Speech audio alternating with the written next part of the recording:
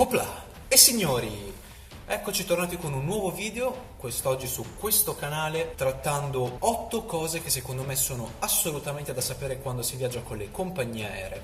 Nel mio caso si parla di Ryanair, dato che per ragioni di lavoro viaggio molto spesso con questa compagnia, ma penso che queste 8 regole, che dal mio punto di vista dovrebbero essere seguite da tutti, possano essere tranquillamente applicate con qualsiasi altra compagnia aerea. Ma partiamo subito. La prima cosa da sapere è da dove imbarcare, se dalla porta anteriore o da quella posteriore. Informazione che nel caso delle carte di imbarco Ryanair è specificata a fianco al vostro numero di sedile, in particolare alla sinistra. Sarà infatti scritto imbarco anteriore o posteriore. La seconda cosa da sapere riguarda invece i sedili. Molto spesso una volta che si entra a bordo ci si chiede quale sia effettivamente il sedile giusto nel quale prendere posto. Beh, in realtà è un'informazione molto semplice. Da un finestrino all'altro i sedili sono numerati alfabeticamente dalla A alla F. Quindi se da un finestrino partiamo con la lettera A, dall'altro termineremo con la F. Quindi in mezzo avremo A, B, C, D, E ed F. Di conseguenza, se imbarcherete dalla porta anteriore, quindi dal muso dell'aereo, alla vostra destra avrete i sedili A, B e C e alla vostra sinistra i sedili D, E ed F. Se invece imbarcherete dalla porta posteriore, quindi dalla coda dell'aereo, la situazione sarà capovolta. A sinistra avrete i sedili A, B e C e a destra i sedili D, E ed F. Perciò, di conseguenza, sappiate che il display alfabetico dei sedili va da un finestrino all'altro e che quindi quelli in mezzo sono sempre B ed E e quelli al corridoio sono C e D. La terza cosa da sapere riguarda invece le file di emergenza, ovvero fila 1 ABC, fila 2 DEF e le intere file 16 e 17. In queste file, essendo direttamente adiacenti a uscite di emergenza, non è possibile tenere alcun tipo di bagaglio, come anche alcun tipo di indumento, a meno che non sia indossato nel modo appropriato. Qualsiasi cosa deve essere infatti riposta nelle cappelliere, questo soltanto per decollo ed atterraggio, perché essendo le fasi più critiche nelle quali può verificarsi un'emergenza e quindi la necessità di un'evacuazione, questi oggetti potrebbero rappresentare un serio rischio di ostruzione per l'evacuazione stessa. Perciò, soltanto per decollo e atterraggio, ogni cosa deve essere riposta nelle cappelliere. Questo vuol dire che per il resto del volo, qualsiasi tipo di oggetto indumento può essere tranquillamente preso dalle cappelliere per poi essere riposto al loro interno in preparazione all'atterraggio. La quarta cosa da sapere riguarda invece i bagni. Molto spesso mi è capitato di avere a che fare con passeggeri che non sapessero neanche come aprire i bagni a bordo. Beh, questo è molto semplice, c'è una maniglia sulla porta del bagno come qualsiasi porta esistente. C'è una maniglia, prendete la maniglia, la inclinate verso il basso o anche verso l'alto volendo e la porta si apre verso di voi. Per invece accendere la luce nei bagni è sufficiente chiuderli con l'apposito aggeggino a scorsoio, termine molto tecnico. Invece per quanto riguarda lo sciacquone c'è un pulsante blu con scritto flash sopra, proprio sopra la tavoletta del gabinetto.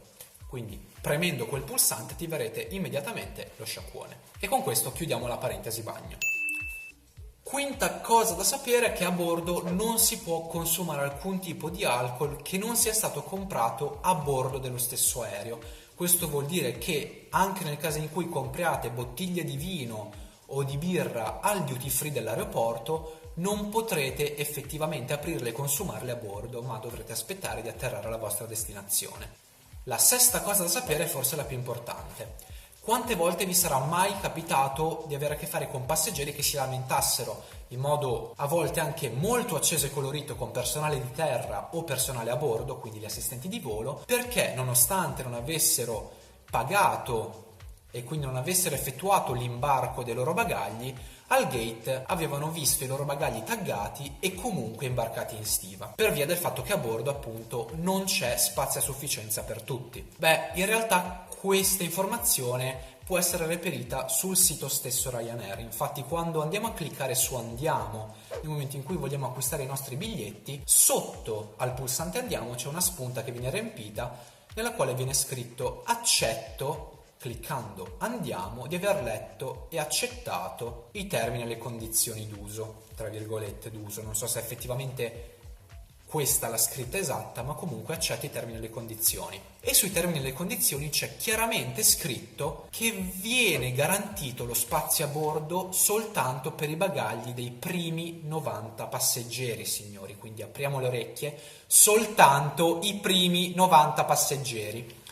Quindi dal momento in cui clicchiamo su andiamo e acquistiamo i biglietti, è chiaro che non siamo più nella posizione di poterci lamentare e sperare di aver ragione, perché di fatto abbiamo accettato questa condizione. E chiudiamo con questa la cosa più importante secondo me da sapere.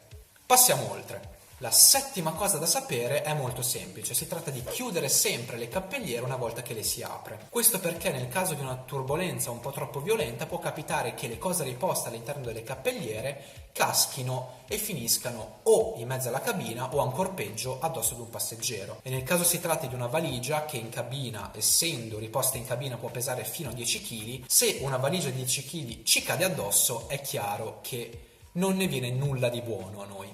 Quindi piccola attenzione, chiudete sempre le cappelliere. Siamo arrivati all'ottava ed ultima cosa da sapere e si tratta di alzarsi dai sedili soltanto quando effettivamente il segnale delle cinture è spento. Questo perché chiaramente quando il segnale è acceso potrà sembrare ovvio, stupido per alcuni, ma per molti non lo è, fidatevi. Quando il segnale della cintura è effettivamente acceso c'è un motivo, non è acceso per sport.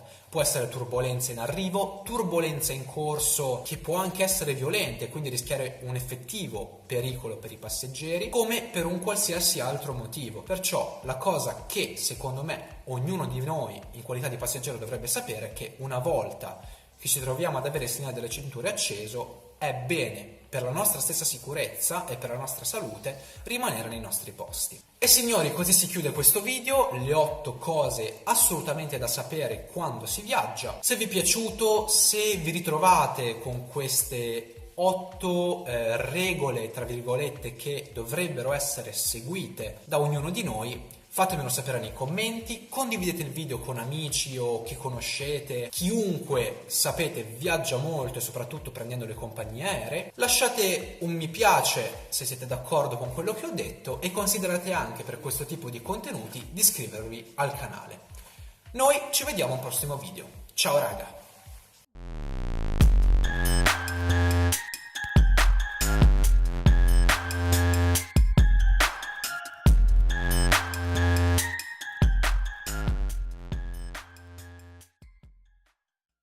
Nope.